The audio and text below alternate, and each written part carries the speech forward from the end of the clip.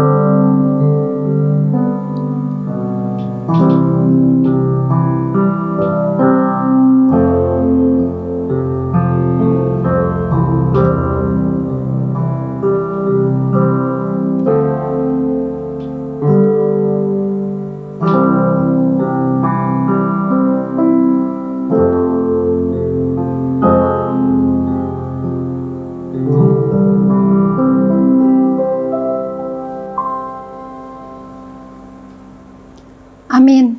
Bapak Ibu yang terkasih, sungguh bersyukur apabila hari ini kita masih diizinkan Tuhan untuk kita boleh menikmati kasih karunia dan anugerah Tuhan. Sungguh bersyukur apabila hari ini kita masih diberi kesempatan untuk kita boleh hidup. Itu semua karena kemurahan Tuhan. Mari saat ini Bapak Ibu kita mau bersyukur, berterima kasih untuk setiap kebaikan yang Tuhan berikan kepada setiap kita. Mari kita mau pujikan lagu Terima Kasih Tuhan dengan kesungguhan hati. Kita mau sungguh-sungguh bersyukur bahwa Tuhan yang kita miliki adalah Tuhan yang sangat baik dalam kehidupan kita.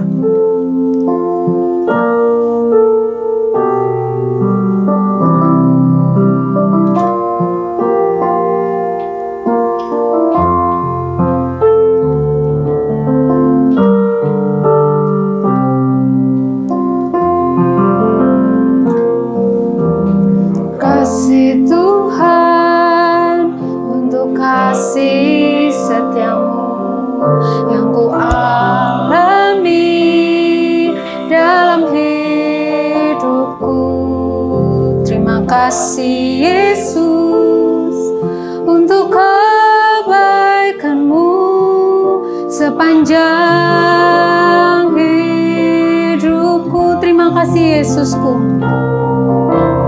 Terima kasih Yesusku buat anugerah yang Kau beri, sebab hari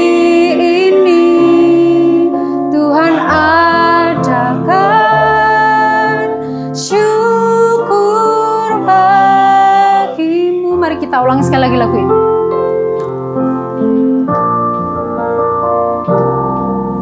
Terima kasih Tuhan untuk kasih setia-Mu yang ku alami dalam hidupku. Terima kasih Yesus. Untuk kebaikan-Mu di sepanjang terima kasih Yesusku. Terima kasih Yesusku buat anugerah yang Kau beri, sebab hari ini Tuhan adakan syukur bagimu, sebab hari ini.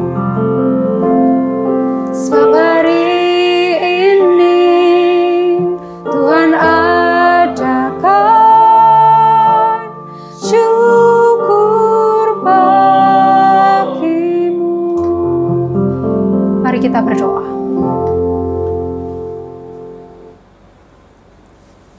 Tahan intinya kami bersyukur Tuhan untuk setiap kebaikan, untuk setiap kemurahan yang Tuhan berikan cuma-cuma untuk kehidupan kami.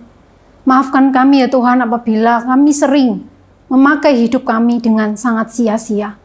Kiranya Tuhan akan terus tolong kami, mampukan kami untuk kami boleh terus bersyukur dan berterima kasih dan hidup sesuai dengan maunya Tuhan. Kami menyerahkan ibadah kami malam hari ini, kiranya Tuhan sendiri yang akan melawat kami dan Tuhan sendiri yang akan hibur kami sesuai dengan caranya Tuhan. Terima kasih banyak Tuhan, kami berdoa. Amin. Ya Bapak Ibu, sebelum kita mendengarkan kebenaran firman Tuhan, mari kita sama-sama siapkan hati kita mau pujikan lagu Firman-Mu Pelita Bagi Kakiku.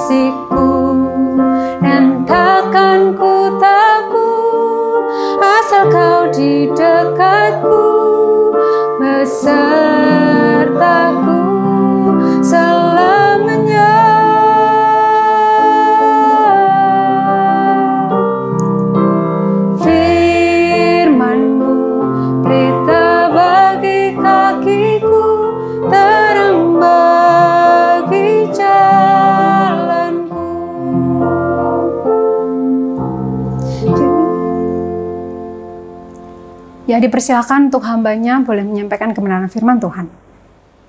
Shalom Bapak Ibu Saudara-saudara yang dikasihi oleh Tuhan. Pada hari ini kita akan bersama-sama merenungkan satu kebenaran firman Tuhan.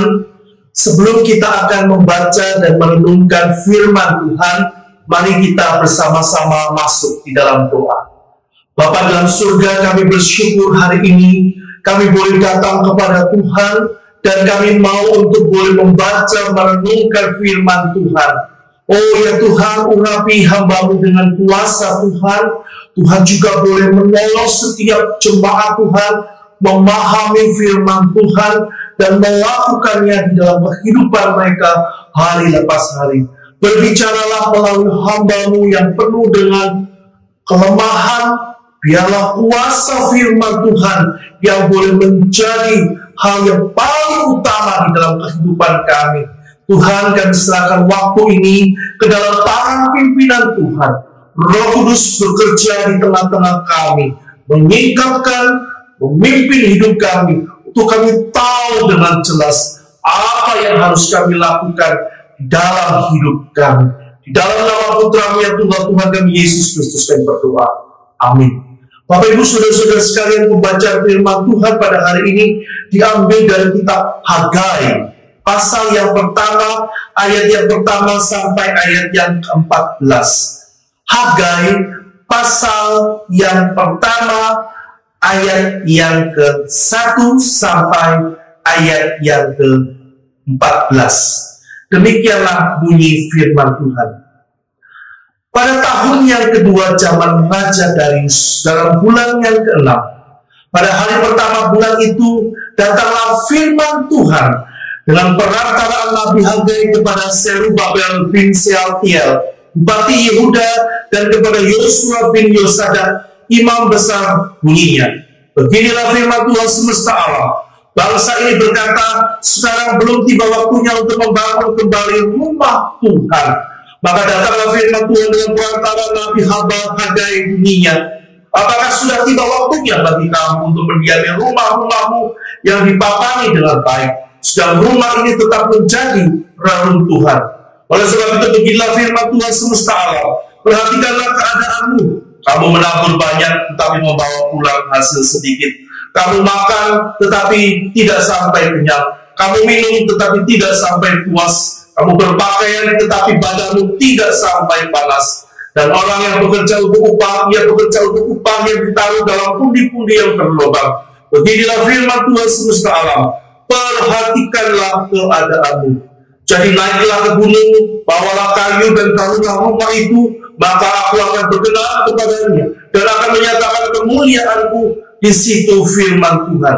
Kamu mengharapkan banyak tetapi hasilnya sedikit, dan ketika kamu membawanya ke rumah, aku menghembuskannya. Oleh karena apa? Demikianlah firman Tuhan semesta alam. Oleh karena rumahku yang tetap menjadi reruntuhan, sedang kamu masing-masing sibuk dengan urusan rumahnya sendiri.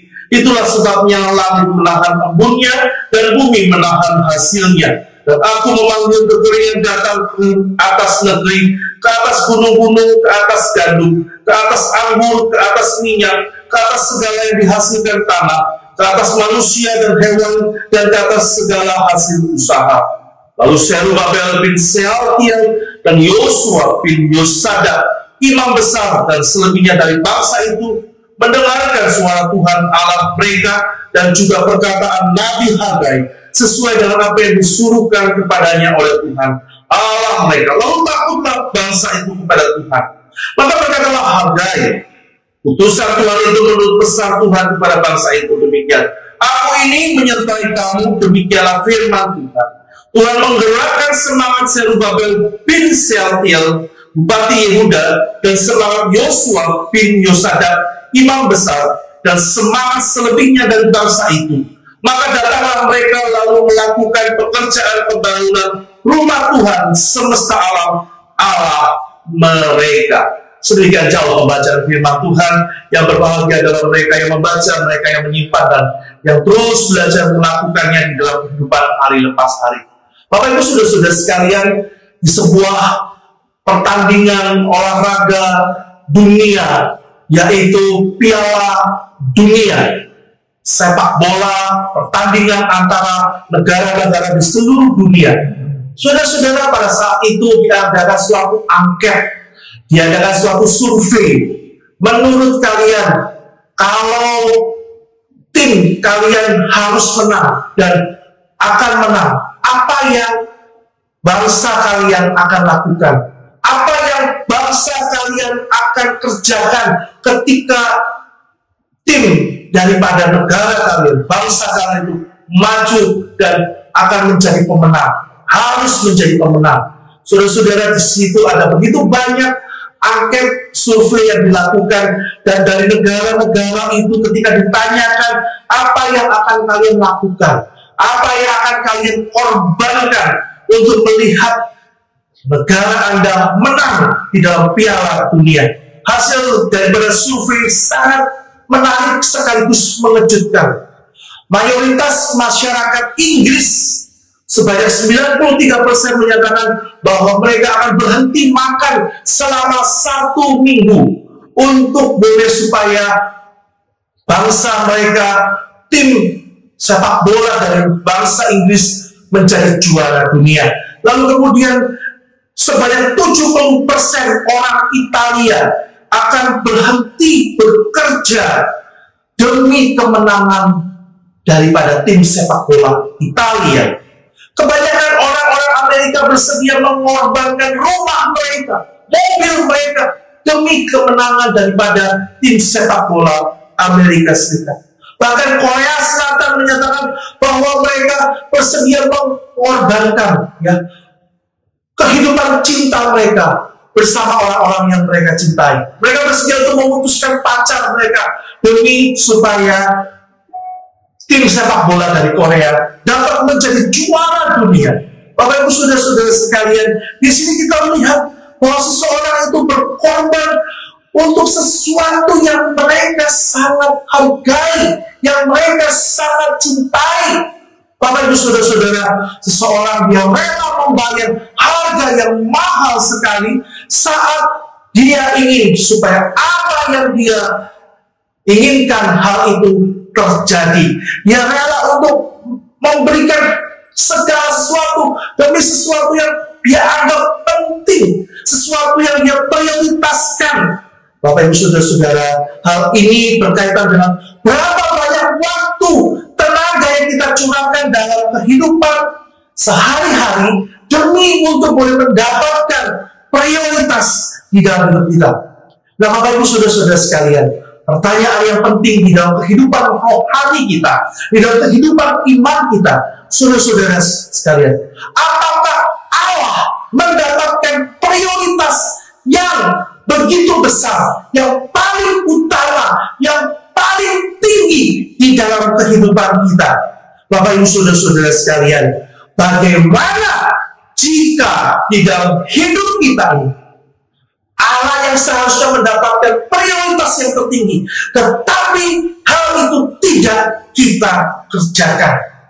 Bapak Ibu saudara-saudara sekalian, inilah yang terjadi di dalam kehidupan umat Yehuda ketika Hagai dia menyampaikan akan nubuatnya, dia menyampaikan akan firman Tuhan. Saudara-saudara sekalian, umat Tuhan pada saat itu semestinya menjadikan Tuhan sebagai prioritas utama mereka, tetapi mereka tidak menjadikan Tuhan sebagai prioritas yang utama di dalam kehidupan bangsa Yehuda. Saudara-saudara, mereka ini bangsa Yehuda ini baru kembali dari pembuangan, dan mereka kembali ke tanah airnya. Mereka kemudian punya satu optimis untuk boleh membangun kembali akan rumah Tuhan. Mereka punya satu kerinduan besar untuk membangun. Oleh sebab itu di dalam Esra pasal yang kelima ayat yang ke-16, di situ umat Tuhan kembali membangun akan dasar rumah Allah. Tetapi pada saat yang sama juga ada begitu banyak para pendatang-pendatang yang saat itu bersama-sama dengan bangsa Yehuda. Mereka datang, pendatang ini bersama-sama dengan bangsa Yehuda, dan menimbulkan banyak sekali akan masalah. Saudara-saudara, di samping itu juga kalau kita melihat bagaimana saat itu mereka mengalami kegagalan panen, kekeringan di mana-mana, sehingga sulit untuk boleh memakan yang saat itu ada di sekitar mereka. Mereka melemahkan semangat daripada orang-orang Yehuda ketika mereka mau membangun bait Allah. Mereka baru pulang daripada pembuangan, mereka punya semangat, tetapi kemudian direndahkan, kemudian dihalaukan oleh orang-orang yang ada di sekitar. Para pendatang-pendatang ini, mereka menghalau, mereka menghalang-halangi pembangunan bait Allah.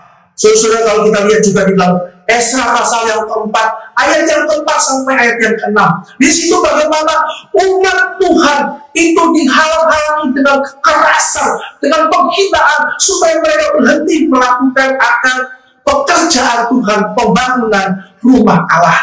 Saudara-saudara, dikatakan di dalam Esra pasal yang keempat, karena begitu banyaknya tantangan yang ada, lalu kemudian dikatakan, maka terhentilah pekerjaan membangun rumah Allah yang di Yerusalem, dan tetap berhenti sampai tahun yang kedua zaman pemerintahan Darius. Saudara-saudara, artinya apa? Bahwa mereka yang baru pulang dari Babel, kemudian mereka dari pembuangan itu, lalu kemudian mereka ada di Yerusalem, tetapi pembangunan rumah Allah itu terhenti, saudara-saudara. Karena ada begitu banyaknya tantangan, ada begitu banyaknya rintangan, sehingga mereka tidak lagi membangun akan rumah Tuhan.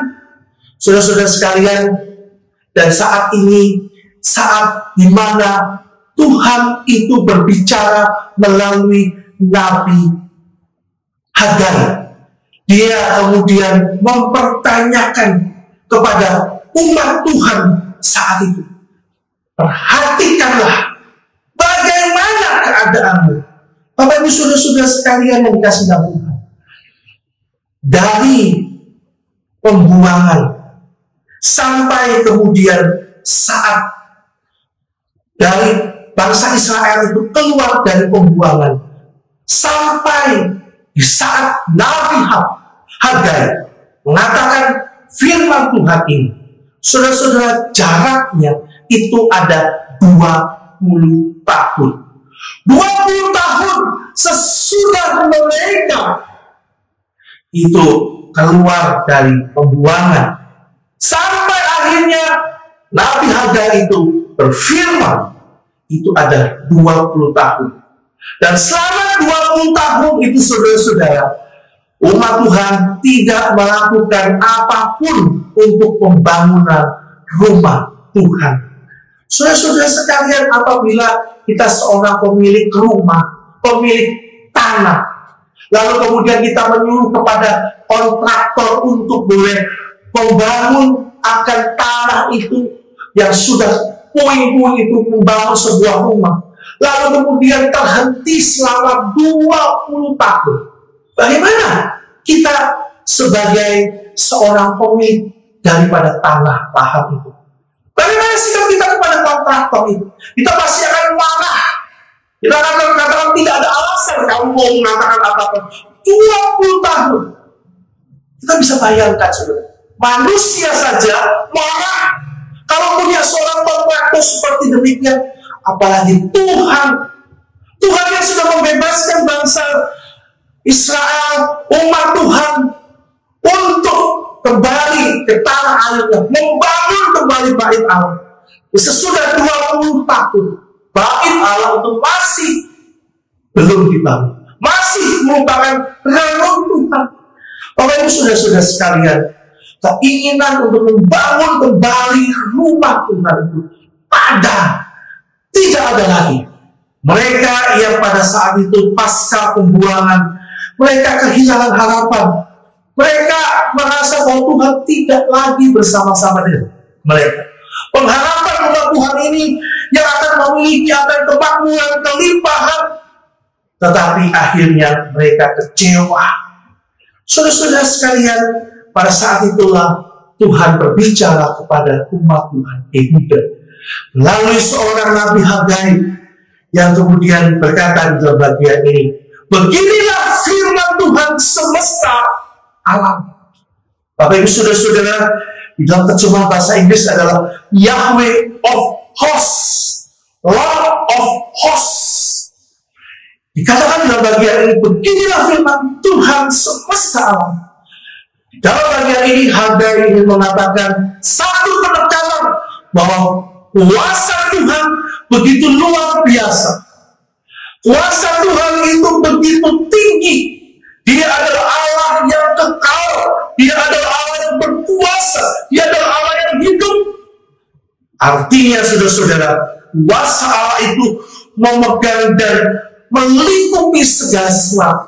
Kuasa Allah itu begitu limpah, begitu besar, begitu tinggi.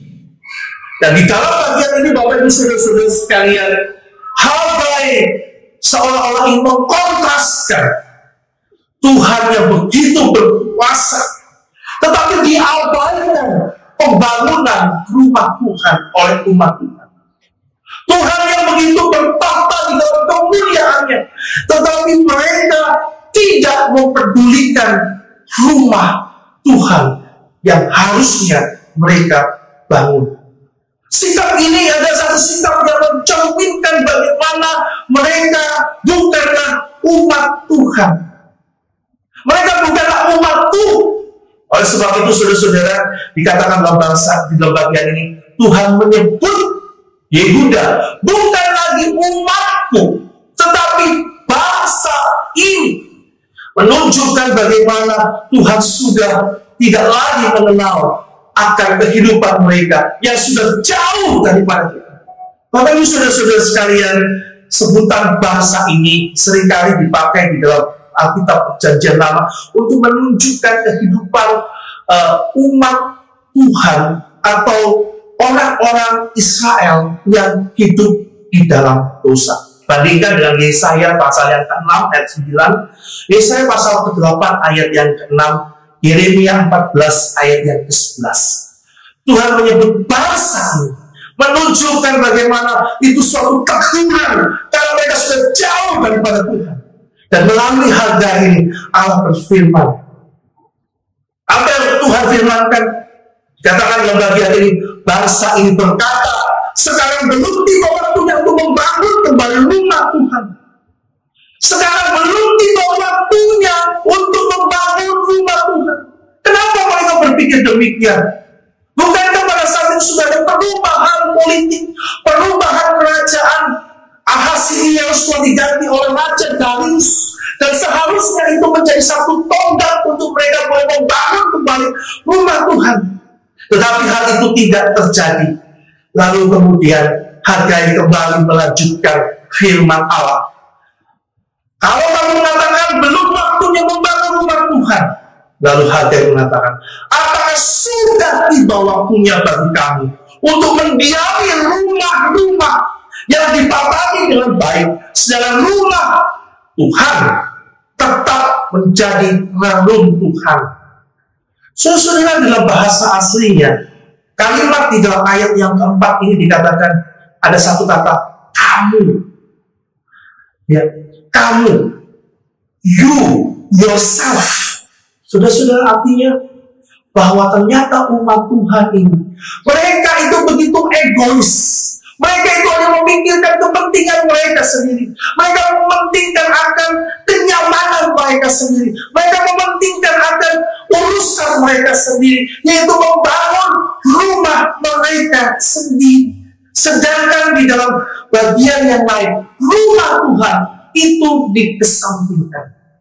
Di dalam bagian ini, saudara-saudara, dikatakan ada satu kata, yaitu rumah-rumahmu dipapangi. Saudara-saudara, kalau di dalam konteks zaman itu berbeda dengan zaman sekarang.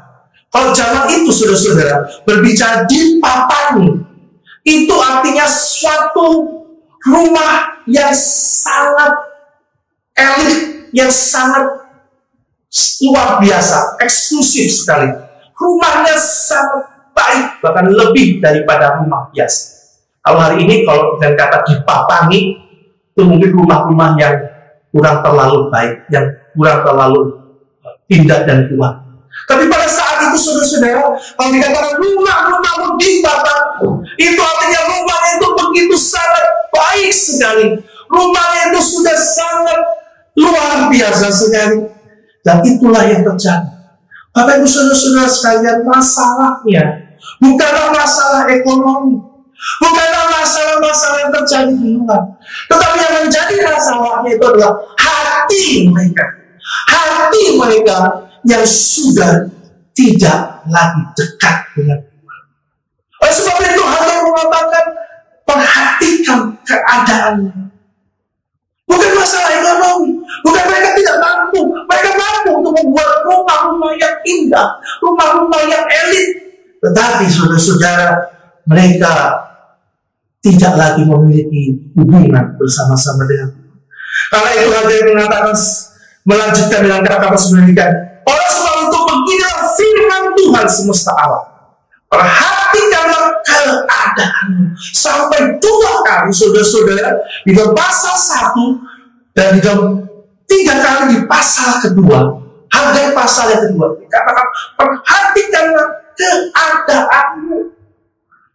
Hal ini dapat dikatakan bahwa pikirkan dengan hati-hati jalan-jalan hidupmu. Pikirkan cara hidupmu. Pikirkan karaktermu. Cara hidup yang pada saat itu hanya berpusat kepada diri sendiri, keinginan sendiri, nafsu sendiri, kenyamanan sendiri, itulah yang ditegur oleh Tuhan di dalam konteks bagian ini. Saudara-saudara sekalian, dalam konteks relasi dengan umat Allah, kemah pertemuan dan bait Allah itu merupakan pusat penyembahan kepada Allah. Tetapi ketika rumah Allah itu tidak dibangun, di situ artinya hubungan mereka dengan Tuhan itu bermasalah. Hubungan mereka dengan Tuhan adalah hubungan yang begitu jauh sekali. Mengabaikan rumah Allah itu artinya mengabaikan Allah sendiri. Allah yang berkuasa, Allah yang begitu tinggi, begitu diabaikan oleh setiap orang-orang Yehuda, bangsa umat Tuhan pada saat itu. Oleh sebab itu Bapak Ibu saudara-saudara sekalian, Tuhan menegur mereka. Tuhan memimpin mereka untuk kembali kepada Tuhan. Karena hanya dengan kembali kepada Tuhan, memiliki relasi dengan Tuhan, membangun bait Allah, rumah Tuhan itulah, maka di situ mereka memiliki relasi bersama-sama dengan Tuhan. Firman Tuhan mengatakan, jadi naiklah ke gunung, bawalah kayu dan bangunlah rumah itu. Maka aku akan berkenan kepadanya dan akan menyatakan kemuliaanku di situ. Bapak Ibu saudara-saudara, umat Tuhan ketika disampaikan, naiklah, kemudian bangunlah rumahku. Pada saat itu, umat Tuhan bertobat, menyadari kesalahan mereka. Mereka sudah jauh dari Tuhan. Mereka sudah tidak memiliki relasi kepada Tuhan. Mereka hanya memikirkan diri mereka sendiri. Mereka hanya memikirkan kepentingan mereka, kenyamanan hidup mereka. Tetapi mereka jauh daripada Tuhan. Bapak Ibu Saudara-saudara sekalian, pada hari ini, bagaimanakah kehidupan kita? Apakah kita orang-orang yang memiliki akan relasi dengan Tuhan? Apakah kita menjadi orang-orang yang memiliki satu hubungan dengan Tuhan? Saudara-saudara sekalian, pada masa-masa pandemi COVID-19 ini, yang menjadi pergumulan gereja pada hari ini, saudara-saudara, bukannya masalah ekonomi. Yang menjadi pergumulan kita pada hari ini bukanlah masalah-masalah sakit penyakit yang ada di luar. Ya tentu saja masalah ekonomi maupun penyakit itu masalah yang juga masih kita hadapi. Tetapi bukan itu yang utama, saudara-saudara. Yang utama pada hari ini, saudara-saudara, adalah bagaimana relasi kita dengan Tuhan. Saudara-saudara sekalian, gereja pada hari ini berkumpul untuk kembali menyadarkan umat Tuhan, kembali beribadah kepada Tuhan. Sudah 1 tahun lebih, saudara-saudara, kita beribadah di rumah masing-masing. Kita beribadah di YouTube, di handphone kita beribadah dengan cara-cara seperti itu. Dan menjadi pergumulan hari ini, saudara-saudara, ada begitu banyak orang yang kemudian mereka sudah tidak lagi punya kerinduan beribadah kepada Tuhan. Saudara-saudara, mari di kesempatan ini, saudara-saudara, kita membangun kembali relasi kita dengan Tuhan. Punya kerinduan untuk membangun rumah Tuhan. Mungkin pada saat ini membangun rumah Tuhan tidak sama seperti pada zaman Yehuda, membangun Tuhan, rumah Tuhan itu. Tetapi hari ini, saudara-saudara, yang menjadi satu pergumulan, mari kita efektifkan, mari kita bangkitkan kembali kesadaran untuk kita boleh kembali ke rumah Tuhan, beribadah secara onsite. Saudara-saudara, mohon maaf, hari ini banyak orang Kristen, saudara-saudara, ibadahnya itu online. Ya lihat YouTube, ya lihat Zoom, ya lihat handphone, ya lihat TV. Ibadahnya online. Tapi minta maaf, saudara-saudara, minta maaf.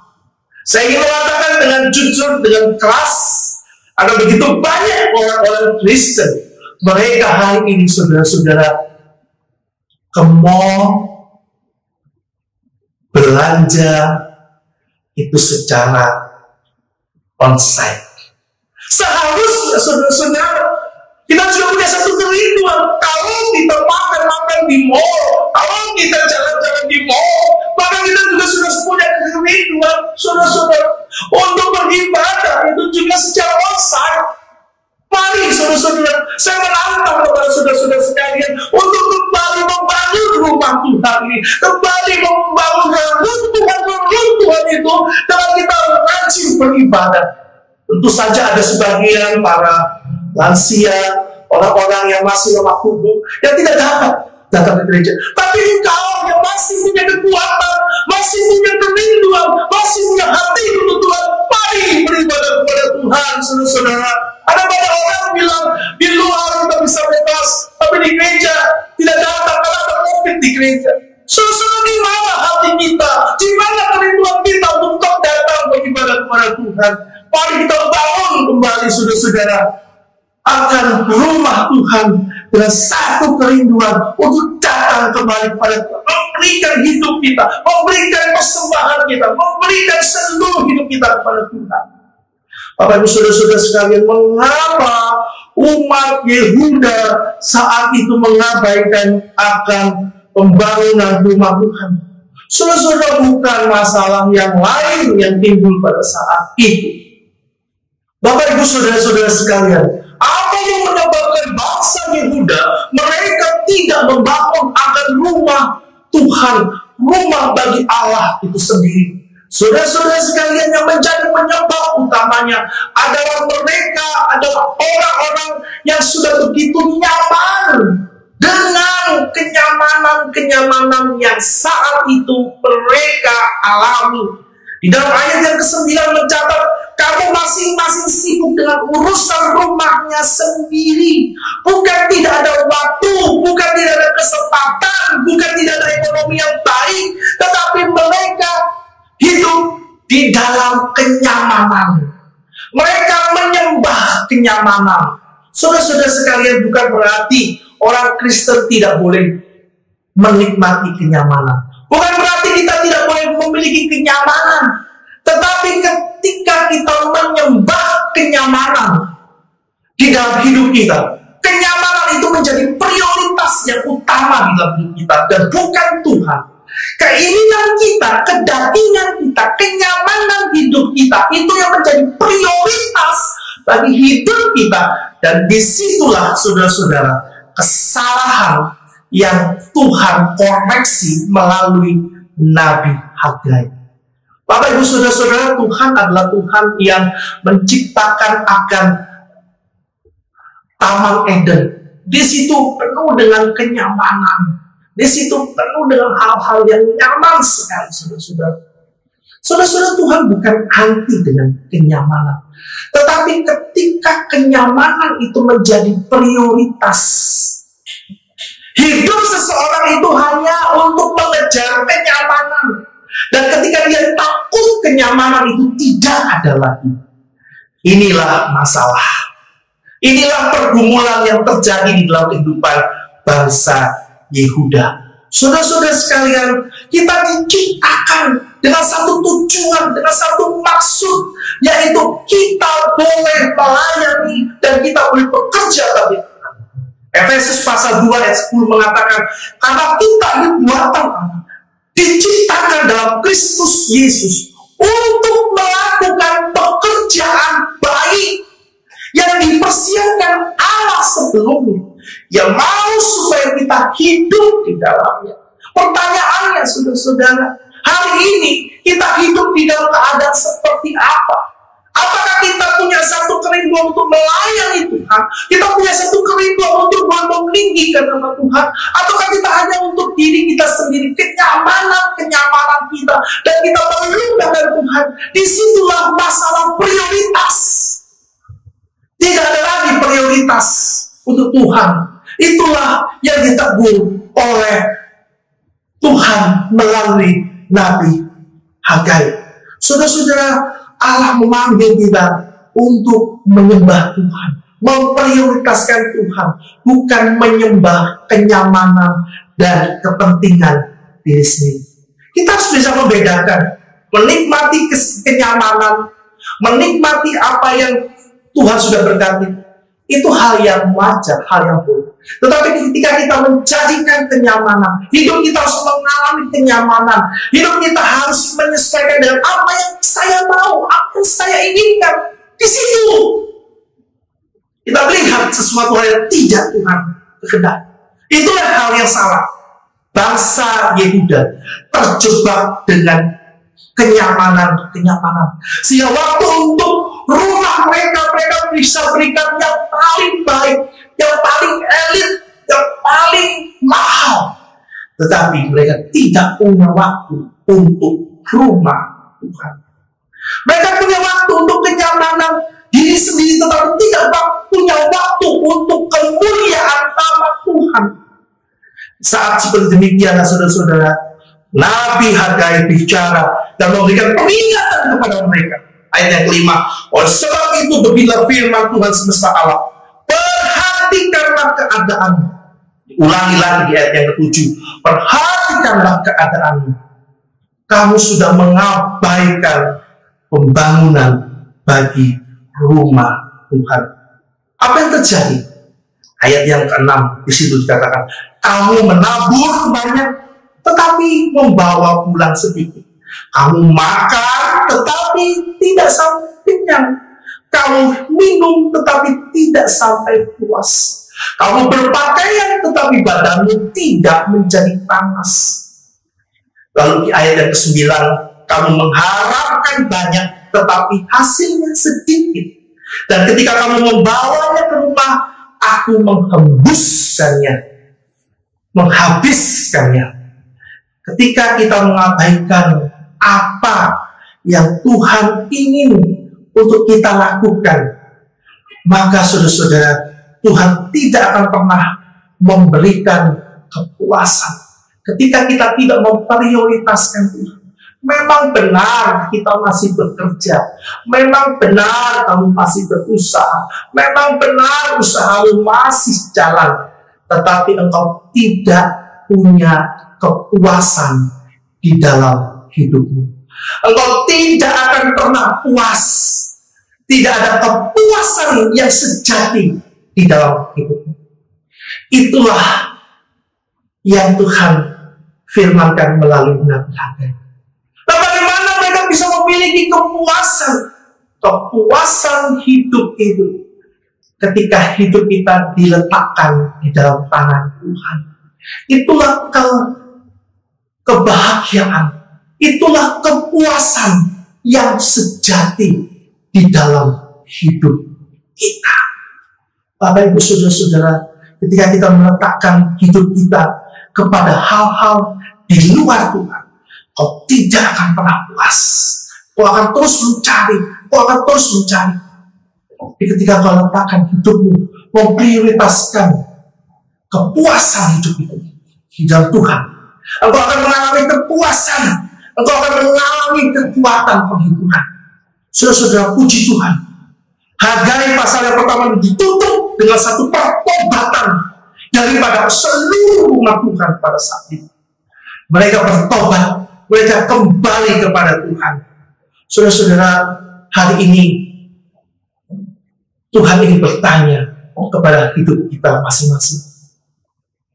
Kalau hari ini Tuhan bertanya, perhatikanlah keadaannya.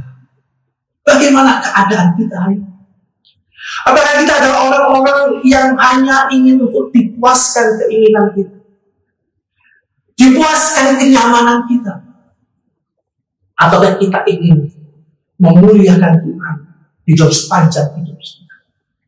Saudara-saudara, marilah ketika Tuhan bertanya, perhatikan keadaannya.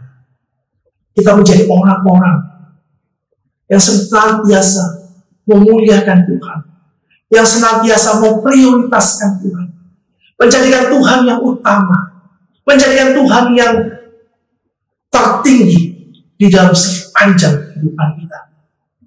Mari kita memperhatikan keadaan kita, sehingga ketika Tuhan menemukan kita bukan lagi seperti bangsa yang muda, yang hanya memprioritaskan hidup bagi diri mereka, tapi memprioritaskan hidup kita bagi Tuhan. Tuhan memberkati Bapak Ibu Saudara sekalian. Mari kita masuk dalam Tuhan. Tuhan, tolong kami agar di dalam hidup kami senantiasa memprioritaskan Tuhan di atas segala kami. Tuhan, tolong kami agar kami boleh menjadikan pembangunan bagi rumah Tuhan menjadi satu kerinduan bagi kami. Mungkin saat ini ya Tuhan, pembangunan rumah Tuhan tidak sama seperti pembangunan rumah Tuhan pada zaman Hagai. Tetapi kami memiliki satu kerinduan untuk membangun rumah Tuhan dengan kehadiran kami, dengan keberadaan diri kami. Kami memberikan apa yang dapat kami berikan bagi rumah Tuhan. Tuhan, berkatilah setiap jemaat Tuhan, agar mereka tidak merasa puas dengan keadaan mereka hari ini, tetapi mereka terus satu kerinduan memberikan yang terbaik bagi Tuhan. Terima kasih ya Tuhan untuk firman Tuhan. Tuhan, koreksi kami, keadaan kami bagaimana, dan kami juga boleh membuka diri kepada Tuhan, melihat keadaan diri kami. Kami serahkan hidup kami, bila Tuhan pakai menjadi berkat dimanapun kami berada. Di dalam nama Tuhan kami Yesus Kristus berdoa. Amin. Bapak Ibu, sungguh bersyukur untuk setiap firman yang tadi boleh kita dengar. Biarlah firman Tuhan ini tidak lalu begitu saja, tetapi mari kita lakukan dan kita imani dalam kehidupan kita ya. Amin. Ya Bapak Ibu, sebelum itu kita mau berdoa untuk beberapa pokok doa. Yang pertama, mari kita bawa doa. Kita mau berdoa untuk setiap para misionaris dimanapun mereka berada saat ini di dalam kesulitan dan di dalam pergumulan mereka yang mungkin kita tidak tahu. Tapi mari kita berdoa untuk mereka yang ada di garis terdepan untuk memberitakan kebenaran firman Tuhan, mereka yang berjuang mati-matian untuk mereka boleh mengabarkan Injil Tuhan kepada setiap suku-suku bangsa yang masih belum percaya sama Tuhan. Mari kita berdoa untuk mereka dalam segala kesulitan dan pergumulan mereka. Mari kita satu di dalam doa. Tuhan Yesus yang sangat baik, saat ini kami menyerahkan Tuhan untuk para misionaris yang ada dimanapun mereka berada saat ini, di suku-suku terdalam pun yang saat ini mungkin kami nggak tahu mereka ada di mana, tapi kami tahu Tuhan, Engkau yang mengetahui, dan Engkau sendiri yang akan menjaga kehidupan mereka. Engkau sendiri yang akan memimpin setiap langkah kehidupan mereka. Engkau sendiri yang akan terus menopang kehidupan mereka dalam segala kesulitan pergumulan yang saat ini mungkin mereka hadapi, dalam menangani kesulitan-kesulitan yang ada atau hal apapun yang menjadi bahaya bagi hidup mereka yang mengancam. Kiranya Tuhan sendiri akan terus tolong topang kehidupan mereka, berikan iman yang terus mau percaya bahwa Tuhan nyata dalam kehidupan mereka, sehingga ketika mereka melayani dalam segala kelelahan, dalam segala kepenatan yang mereka alami, biar kiranya Tuhan sendiri akan lawat mereka, hibur mereka ya Tuhan, dan biarlah mereka boleh terus memandang kepada Tuhan, karena hanya Tuhanlah yang patut untuk dimuliakan melalui kehidupan mereka. Dan kiranya Tuhan sendiri akan terus tolong kami, anak-anak Tuhan, yang mungkin saat ini kami masih hidup dalam kenyamanan kami. Kiranya Tuhan sendiri akan terus bawa kami memiliki hati seperti hatinya Tuhan, untuk kami boleh mau keluar membagikan kebenaran firman Tuhan kepada orang-orang yang masih belum percaya sama Tuhan. Ini doa kami Tuhan, kiranya Tuhan akan mendengarkannya. Ya Bapak Ibu, pokok doa yang kedua, mari kita sama-sama berdoa untuk kekudusan hidup orang percaya. Di tengah situasi kondisi yang makin hari makin memburuk, dunia yang makin kacau, dunia yang dipenuhi dengan dosa dimanapun, mari kita sama-sama mau berdoa untuk kekudusan hidup kita. Mari kita berdoa, kita bawa hidup kita sepenuhnya sama Tuhan. Mari kita jaga hati, pikiran, perkataan, perbuatan kita. Apakah selama ini sudah menyenangkan Tuhan? Mari kita bawa kekudusan hidup kita di dalam Tuhan. Mari kita meminta ampun apabila selama ini kita masih belum bisa hidup dengan kudus. Mari kita berdoa di dalam hening. Kita mau berdoa, minta agar Tuhan berbelas kasih kepada kita. Tuhan yang baik, kami tahu Tuhan, seringkali kami sering melanggar Engkau, sering mendukakan Engkau, sering mengkhianati Engkau dengan setiap hal yang kami kerjakan untuk menyenangkan diri kami. Tuhan, kiranya Engkau sendiri akan bermurah hati untuk kami boleh terus berjuang di dalam masa penantian ini, untuk kami boleh terus berjuang hidup kudus di dalam Tuhan.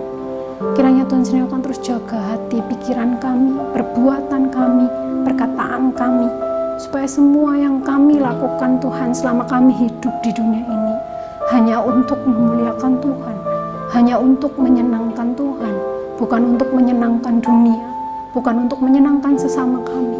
Biar kiranya seluruh hidup kami hanya untuk Tuhan.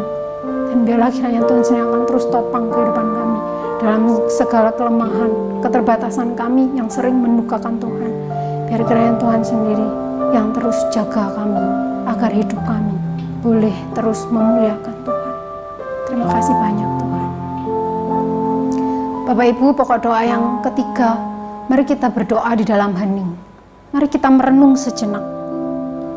Sudahkah kita benar-benar bersyukur dan berterima kasih kalau kita memiliki Tuhan Yesus sebagai Bapa kita? Tuhan Yesus yang mau rela datang ke dalam dunia, mati, ditolak, dianiaya oleh dunia, dan dia bangkit pada hari yang ketiga. Itu semua karena apa? Karena kasih-Nya kepada kita. Sudahkah kita benar-benar bersyukur dan berterima kasih bahwa Dia adalah Bapa kita yang selalu mengasihi kita? Mari kita sejenak merenung, apakah kita benar-benar bersyukur selama ini sama Tuhan?